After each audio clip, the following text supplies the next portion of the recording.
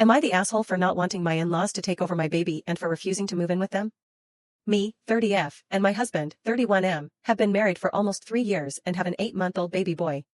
Ours was an arranged marriage, and I genuinely got lucky. My husband is kind, supportive, and very understanding.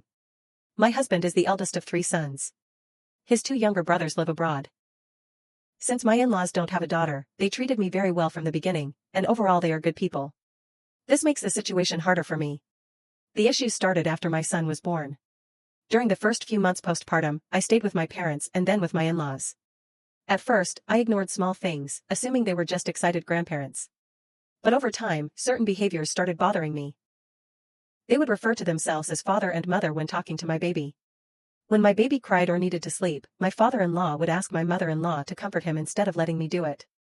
Sometimes they wouldn't give my baby to me when he was crying or would take him from my arms saying they would try to calm him. I felt invisible but stayed quiet, thinking it might just be postpartum hormones. After we moved to the city where my husband works, it got worse. We video call them daily. Whenever my baby cries, my father-in-law says things like our baby is sad because he's missing us or that the baby is all alone there, even though he's with his parents. He has joked that the baby might be bored of seeing only my husband's and my face. It often feels like they see my baby as their child and us as caretakers.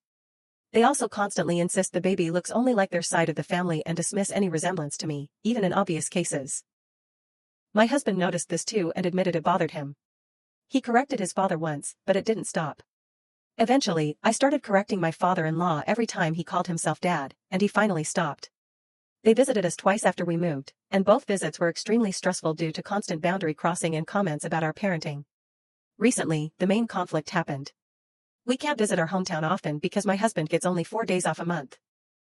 Now my in-laws want us to quit our jobs and move permanently into their home so they can be close to the baby. I work from home but only from our current location, not my hometown. More importantly, based on their current behavior, I don't feel comfortable living with them. My father-in-law frequently comments that we don't feed the baby on time, that the baby is unhappy, lonely, and has to play alone. I told my husband I'm not comfortable living with them because I feel they won't allow us to raise our son the way we choose.